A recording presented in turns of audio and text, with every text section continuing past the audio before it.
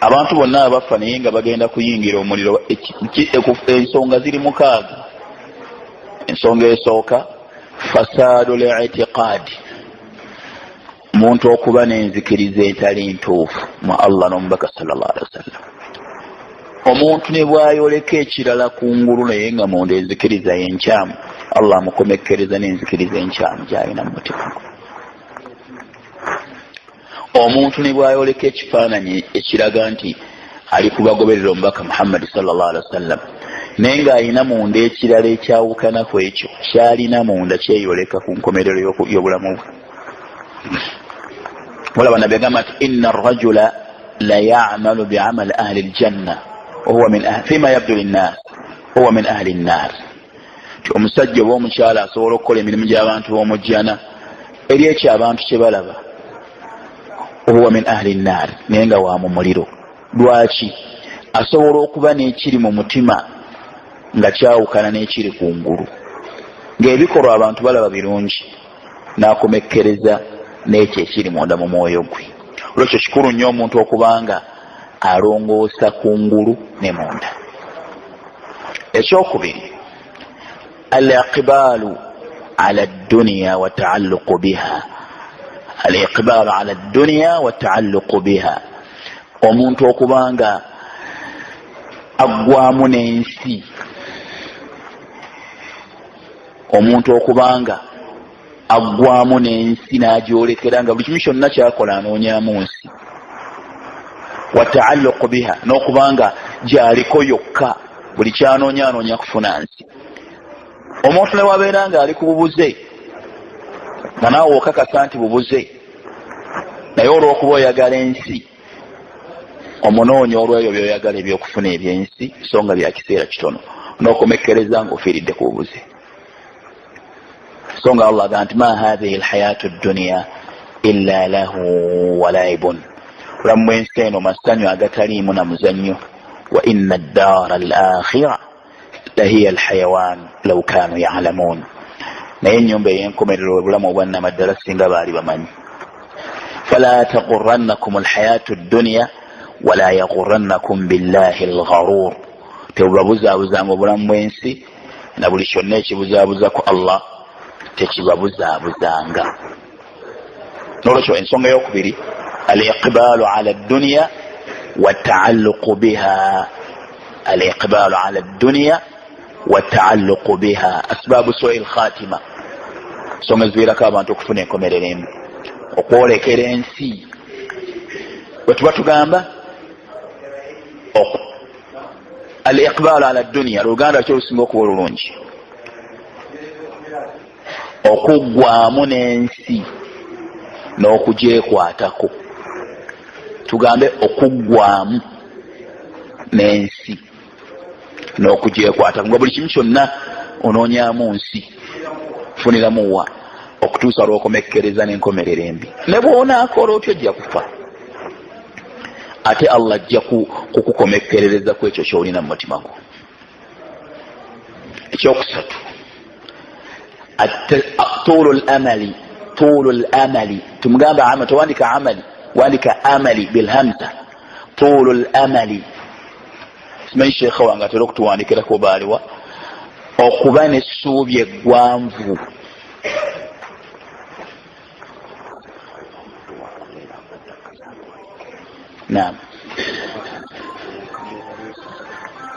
Naam, okuba n'essuubi eggwanvu ti ku nsi ogenda kubaako ekiseera kiwanvu. Okuba n'essuubi eggwanvu nti ku nsi ojja kubaako ekiseera kiwanvu. Olwo n'ogatta leero kankole bino nti nje ndaba nja kwenenya. Okufa ne kukusooka. Waliwo omuvubuka gwe baaziise Kampala, twali naye ku Lwokusatu mu darusu, n'afa ekiro ekikeesa Olwokutaano. Abadde emyaka nga 4. Mukyala we agenda okudda engulu ng'agudde wansi nga mufu. Twali naye n'awaayo ne ssente. Okuba n'essuubi eggwanvu nti ku nsi ogenda kubeerako ekiseera kiwanvu. Olwo ne weevuluga wakati kandi esente z'abashiya zino mu maaso nja kwenenya, n'ovuma basahaba n'oyogera by'oyagala. Bano bavuma basahaba nga towuliramu. songa bamenyawo obusiraamu kyemu ku nsonga eziviirako abantu okufuna enkomerero embi. Nsonga yokusatu, nsonga yokuna nakaleeta ensonga mmeka? 3. eyokuna ataswifu bitauba, okulindiriza okwenenya. Woga nti saatuubu saufa atuubu, nja kwenenya okutuusa okufooleka okusiŋŋaana nga teweenenyezza. Olaba Allah subhanahu wa ta'ala nti walaysat taubatu, suratu nisa aya 17 ne 18, walaysat taubatu lilladhina ya'maluna sayyi'at hatta idha hadara ahadahum almaut, tekuli okwenenya okukkirizibwa kwabo abantu abakola ebikolwa ebikyamu okutuusa okufooleka kutuukako omukubo. Qala inni tubtu al'an, naga nenenyezza kati. Allah takkiriza kwenenya okwo. Wala alladhina yamutuuna wahum kuffar, era Allah takkiriza kwenenya kwa abantu bafa nga si basiraamu bamala okulaba ku bibonero nti kati nenenyezza. La, okulindiriza okwenenya. Nsonga yokutaano albi'atu sayyi'a, emwe kyekindeesezza bino, environment embi, empangaala embi. Omuntu bwawangaalira ku kyalo nga kiriko ebikolwa ebitali bituufu, baataweerwa naye asobola okuyingira mu bikolwa ebyo. Empangaala embi mu mbeera ya mirundi ebiri, okuwangaalira mu kitundu nga kiriko obubuze, ng'obushiya bwe buli mu mayuge, okukomekerezanga n'ataali mushiya afuze mushiya, okuwangaala n'omuntu ali ku nkola eyo, okukomekerezanga tiyali nkolayo naye ogenda okukomekerezanga naawe ogoberedde enkola eyo. N'olwekyo lwaki ndeesa ebigambo ebyo nti okusinziira ku ebyo abashiya bye bakozesa ebyokugaba ensimbi eziraze walafe byaffe biraba abantu bazze banywedde obuugi bwereere ku makya, emmere balya nga bwe mwagirabye. Kakati bali bategeka enteekateeka nebeera nga buli kimu kyonna kingi nnyo olw'ensimbi ze balina. Omuntu ageraageranya gatya nedda bano balabika bebasinga, naye okusinga tekuli mu mbeera, amazima tegalabikira mu mbeera ya bungi bwa bintu na bungi bw'ebyo byoweereddwa, wabula amazima galabikira ku ekyo Allah kye yagamba n'omubaka sallallahu alaihi wasallam. Ekyo abantu abali mu kitundu kino bali mu buzibu bw'amaanyi kubanga bawangaayira mu bantu abakyamu. Balina okubeera abeegendereza. Albi'atu sayyi'a, albi'atu sayyi'atu, environment embi, empangaala embi. Bakulu okuwangaayira mu bantu abakyamu, okuwangaayira mu kitundu ekikyamu. Okuwangaayira mu kitundu ekikyamu oyinza okukomekereza nga naawe ogoberedde obukyamu. Kitegeeza ki?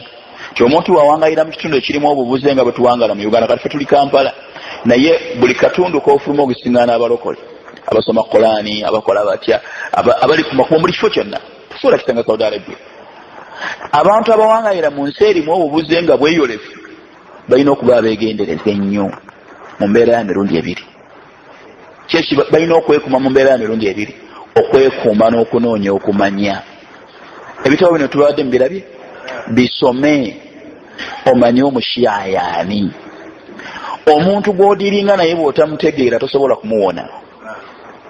Naam, okumanya omushiya yaani. Bw'osoma ebintu by'abashiya nga Sheikh Yada byogera wano yitooke, weewuunya abakkiririza mu bushiya. Bw'omaliriza beera wala n'abantu abali ku nkola, tosisinkana mukulembeze w'abashiya, tomusisinkana, tobeera naye kumpi, kubanga buli lwobeera n'omuntu omukyamu okumpi asobola okukukosa. Nabbi sallallahu alaihi wasallam kyaga mu hadith, nti muwuliranga Masiihi Dajjali nti azze, temugendanga gyali, mubeeranga wala. Ntegereka? Kubanga bwe munaagenda waali ajja kukolayo ebyamagero by'anaakola mu mukkiririzeemu.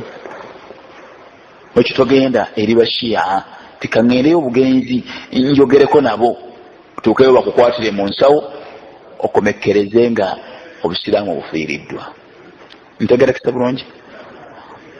Abaimaamu ababuuziddwa nti abali muno nga bali mu bashiya tetugenda kutandika kubaatuukiriza, era si kituufu okubanga bazze ne tutandika okugamba nti oli n'oli. wabula ffe twazze kubatuusaako bubaka bwe tukakasa nti bwe butuufu. Abadde muno n'awuliriza bye tugambye, Allah n'amuwa hidaaya akyuse. Ntegereka bulungi. Era tumusabira Allah subhanahu wa ta'ala amulungamye. Era nammwe mwongere okubakubiriza okubanga bava mu nkola efaanana bwetyo. Ntegereka bulungi. Bwe tuzze wano kutandika kulangirira gundi na gundi, wabula tuzze kukola ki? Kusomesa. Ntegereka gwe tusomesezza ng'alina ekikolwa kyakola ne kimukwatako, omulyango gw'okwenenya muggule nga bwe nabagambye. So teweerabira ekigambo kino nkiddamu era nakyogeddeko, omumanyi omwaga nti azzamanu ra'su umri al-insan. Ekiseera gwe mutwe gw'obuwangaazi bw'omuntu. Azzamanu ra'su umri al-insan. Ekiseera gwe mutwe gw'obuwangaazi bw'omuntu. faman dayya'a umrahu fi ghairi ma yanfa'uhu faqad shaqa wa khasara. Yenna yonoona obuwangaazi bwe mubita mugasa aba afiiriddwa era aba afaaganiddwa. Kati ekiseera kino ky'olina eky'emyaka gy'olina we buwangaazi bwo. Gwe kasita osalawo okubukoleramu by'oyagala n'otalongooserezaamu, ofiiriddwa obuwangaazi bwo. Era ogenda kwejjusa obuwangaazi bwo obutakola ki? Obutabweyambisa kubukoleramu kye wali oteekeddwa kukoleramu. Ntegereka bulungi. Olwekyo mbakubiriza okubeera ewala n'abantu abalina ensimbi nga babayita eri obubuze, n'okubuuliriza bannammwe nti enkola efaanana bwetyo si nnungi. Mu mbeera ennungi, mu mbeera ey'empisa, n'okubasabira Allah abakola atya? Abalungamye. Naye nze kyentegedde, Allah banaabeera akkiriza bwe nzize emayuge Sheikh Yasin, tetutwaliriza abantu tubatwaliriza ku mbeera yakuba nti naffe tubawa. Naye nze mmanyi nti ba ahli sunna bagayaavu ebiseera ebisinga obungi. Munzikiriza ekyo nkyogere. Tebamanyi mbeera y'abantu baabwe bwefaanana. Bw'otunuulira abayimaamu bwe bafaanana n'embeera yaabwe n'enkaayana eziri mu basiraamu abali waggulu, omanya nti osanga tetumanyi kye twagala.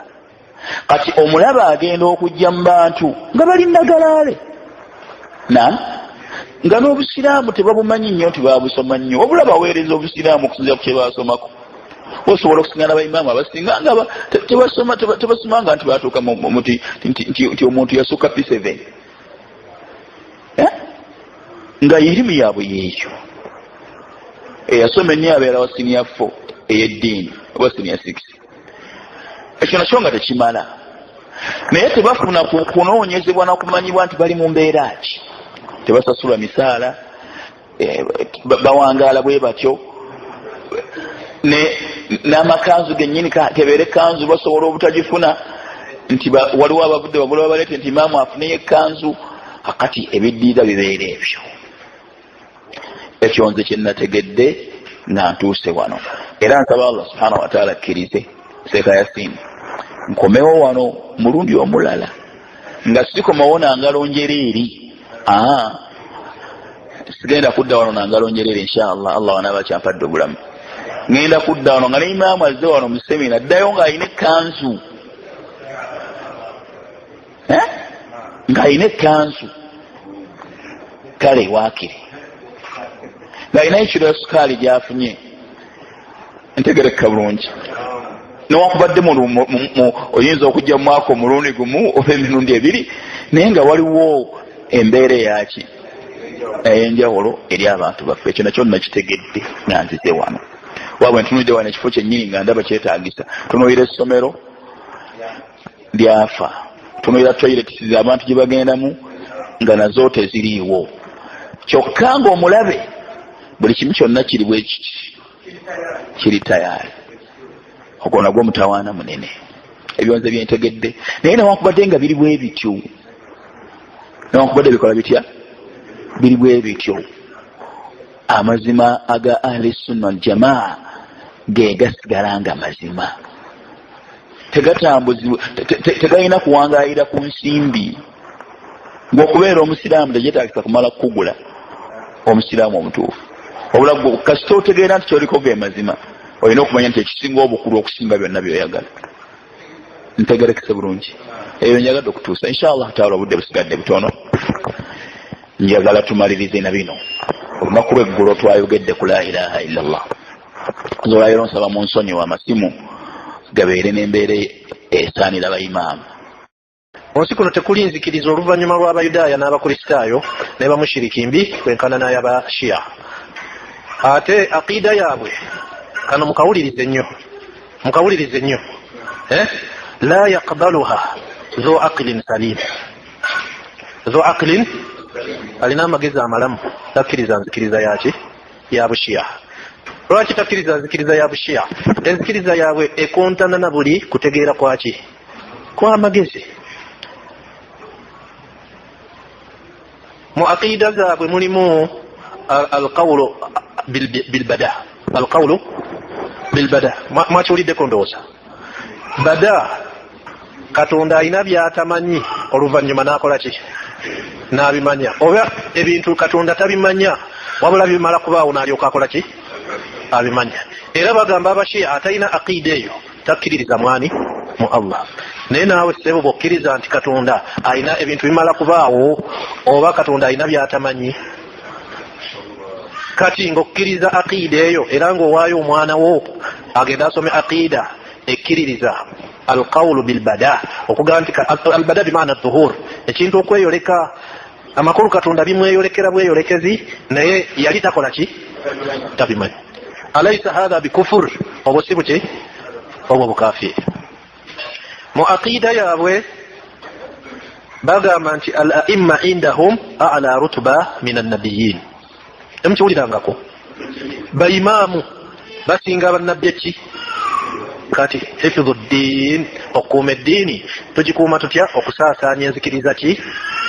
N'okulwanyisa shiriki ne khurafaati. Eddiini tuba tugikoze ki? Tugikuumye. Eddiini tugikuuma n'okugisoma nga bwe mwazze wano ne mukola ki? Ne mugisoma. Eddiini tugikuuma n'okukola da'wa. Eddiini tugikuuma singa omuntu agivvoola akole ki?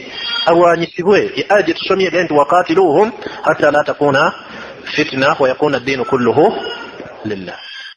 Mulimu abantu abati okwogera obukaafu bw'Abashia. Ashia kuffar ya ikhwan.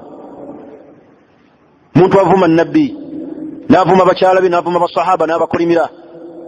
Kaifa tazama annahu muslim wa huwa kafir murtad? Tunatuuka ogamba nti nabbi agenda kuyingira ejjana naye ng'ebitundu bye ebimu bya muliro. Nti lwaki? Nanti wata al mushrikaat, yegatta n'abakyala bamushiriku ng'ategeeza Hafsa ne Aisha. Haulai kufaru ya ikhwan. Abo bakafu bennyini Abashia n'Abahamadiya bakaafu bittifaqi ahli al-ilm. Obukaafu bwabwe tebuliiko nfuufu wadde okwesitaza ng'oboogera. Tuli fenna kubanga si baki? Si basiraamu naye nga kungulu boolesa nti basiraamu naye nga bakaafu. Kubanga Abashia balimu ebibinja bingi. Sheikh al-Islam bin Taymiyyah alayhi rahmatullah yatuuka n'okugamba nti watablugu firaqu shia ila 300. Ebibinja byabiwerera ddala 1300. Mulimu Bannusairiya haulai gulatu shia abaga nti Ali yali Katonda. Nusairiya mumuli Bashar al-Assad abatta abasiraamu ne batta abasunni baga nti Ali yali Katonda. Khalaqa Muhammad, yeye yatonda ne Muhammad. Muhammad n'atonda abantu bameka? Batano muli Sulaiman al-Farisi n'abalala. Mugende musome ebitabo by'Abashia. Haulai kufaru bakafu. Nabi sallallahu alaihi wasallam agaa nti la tasubbu ashabi, tevuma basahaba bange. Balaba nti Abubakari kana munafiq, yali munanfusi. Ne Umar era ne bagaa nti wayarji'ani ila dunya, bagenda kudda ku nsi bafune ebibonereza ebiruma eby'amaanyi kubanga baali bakaafu ng'era bannanfuusi. Ng'era abo gamba nti basiraamu, abo si basiraamu Abashia. Abo bafaanana mu bukaafu be baki? Be Bahamadiya. Kubanga Abashia balina edduwa gye baga du'au sanamai Quraish, edduwa y'amasanamu g'Abakuraish, nga tebategeeza amasanamu g'Abakuraish bategeeza Abubakari ne Umar. Ne baga nti oli bw'agisoma ku makya Allah amusangulako ebibiru 10 bwagisoma akawungeezi Allah namuwa ebirungi 10 bagisoma bo. Era nibagamba omuntu yenna atalaba bukaafu bwa Abubakari ne Umar naye aba mukaafu. Kati kuffe nabo ani mukaafu. Ajibu ya ikhwan, abashiya we babaawo baanukule ffe nabaani mukaafu. Bashiya bakaafu haulai kufaru ya ikhwan. Abo bakaafiri bennyini abataliiko kubuusabuusa, abatali mu kwesitaza kwogera ku bukaafu bwabwe. Tuli ffenna kibula abagambe waliwo ekitabo kirungi nnyo kyogera ku basahaba 10 ne basahaba abalala ng'abashiya baboogerako obubi bwabwe. Baatuuka n'okugamba nti Amir al-Mu'minin ya Umar ibn al-Khattab radiyallahu anhu bagamba nti kaana lahu daa, yalina obulwadde dawa'uhu ma'u rijal, naye ng'eddagala eribuwonya. Tuli ffenna musajja amala kumwebagala n'amukozesa emabega ng'ogamba nti abo basiraamu oyogera otya ekigambo ku Umar ibn al-Khattab. Nabbi sallallahu alaihi wasallam gwe yogerako ebirungi. Law kana nabiyyu ba'di lakana Umar. Tabinatuga nti alaykum bisunnati wa sunnati al-khulafa ar-rashidin minhum Abu Bakr wa Umar wa Uthman wa Ali. Naye bagamba nti Umar yalina obulwadde nga bumuli mabega, naye ng'okuwona musajja amala mumukozesa n'afuna okutegeera. Naye ng'ogamba nti basiraamu abo ntwazanyira atya ku sahaba. Nabbi sallallahu alaihi wasallam nti la tasubbu ashabi, timuvuma basahaba bange. Naye abashiya babavuma ate ffe betukwata ne tubawa abaana babasomese. Oli ne yeekwasa n'aga kisende zibuzi bagende basoma omwana ali awula amazima n'obulimba.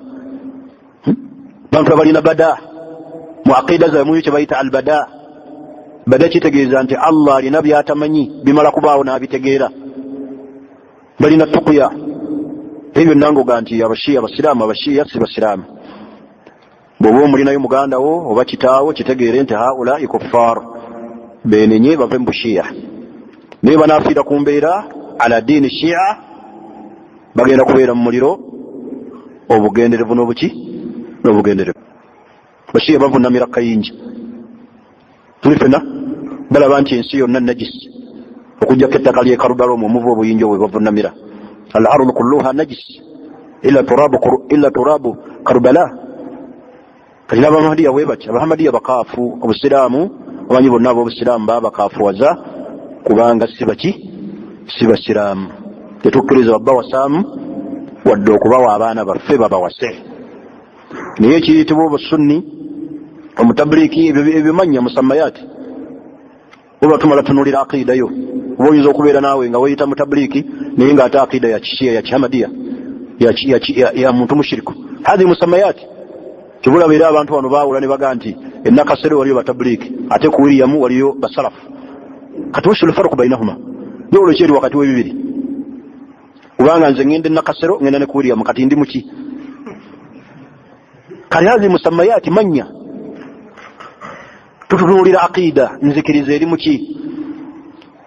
Kali oli we yeeyita omusunni nga aqiida ye yuwaafiku alkitaabi wassunna au aqidatu tuwaafiku alkitaabi wassunna nga aqiida ye kwatagana Qur'ani ne sunna fahuwa muslim. Uyu musiraamu yennyini ala madhhab ahli sunna wal jamaa, ala madhhab salaf salih. Niwe abeera musunni nga ategeeza birala, alina aqiida endala ekontana ne aqiida ya Nabbi Muhammadin sallallahu alaihi wasallam, ekontana ne aqiida eri mu Qur'ani ne mu sunna, oyitaba musiraamu. Tuli ffenna n'olw'ensonga eyo ffenna tuli basiraamu. Naye gano amannya gasobola okujja nga boolaba nti bano bayita batabliiki, bano bayita basalafu. Hadi musammayat, inna hadhihi ummatukum ummatan wahida wa ana rabbukum fa'budun. Nile kigaana kweyita naye tutunuulira aqiida kyekikulu. Oyinza okujja nga mwe hizib biwaire bene beyita erinnya lunaga nti tuli basalafu, ne bagaa tuli batabliiki, ne bagaa tuli, naye tutunuulira aqiida. Enzikiriza eyimiridde etya kyekikulu. Tuli ffenna akati omuntu asobola okubeera nga musiraamu ng'era musalafu ng'era mutabliiki, kubanga ekigambo tabliiki kitegeeza kutuusa. Ballighu anni walau aya kiva mu kutuusa. Buli atuusa yenna message fahuwa muballigh. Mwe mwava ekigambo tabliiki. Ne wabeerayo ekigambo ekitegerebwa tabliiki, jamaatu tabliiki, bano abazikiri kati kale ekibula abaga ekyetaaga tusooka okutunuulira aqiida. Kale bayita jamaatu tabliiki. Haulai lahum dalalat, abate balina obubuzi obwabwe obulala, naye sigambye nti ate bo bakaafu. Naye nga balina ensobi nnyingi ezeetaagisa okukola ki? Okutereeza. Naye si bakaafu, basiraamu. kali kigambo tablighi kitegeeza kutuusa tekikujjaako kuba nti oli musiraamu era oli wakuyita omutablighi tonyiiga